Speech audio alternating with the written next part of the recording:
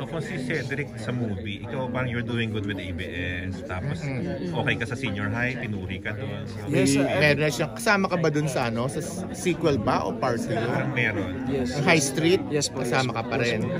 Yes. Yun yung mga isa sa mga pinaprepare namin ngayon. I'm excited din. Siyempre, ako lagi lang may kaba. Pero I take it as a privilege. If I don't feel any nervousness, may mali kapag hindi po ako kinakabahan. So, with everything, with ABS family, with Cornerstone family, they take care of me ng sobra-sobra. They welcome me, warm welcome.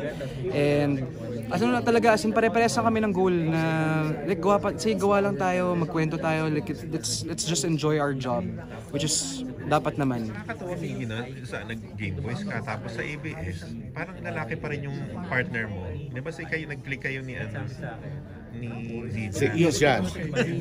Well, ano po yan, basically hindi na ako tumitingin sa mga genders when it comes to characters kasi it's tiring. Nakakapagod na po yung mga pagsasabi na like queer character na naman ganyan. Basically it's a story, it's a character. Marami pong dapat ikwento na hindi pa nalalaman ng mga tao. So that's what I look into. Mas doon po ako nakafocus. Pero at least kahit gumaganap ka ng ganyan, hindi ka pinagdududahan na bading. Actually, I don't really care anymore.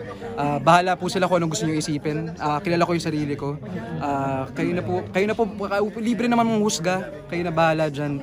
Enjoy. Meron ba nagduda sa'yo? Parang wala naman akong naramdaman. Ako basically, marami naman po sa mga part na po yan ng mga questions usually. That's the usual questions. Parang, ano na po yan, kumbaga sanayan na lang and kayo na po bahala talaga. I mean, I don't really care.